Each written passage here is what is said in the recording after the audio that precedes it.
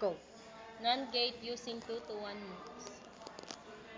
A and B, if A and B is 0, the output is 1.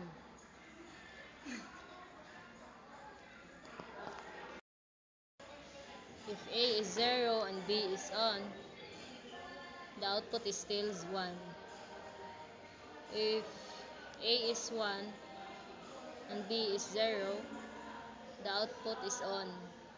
Then if A and B is 1, 1, the output is off.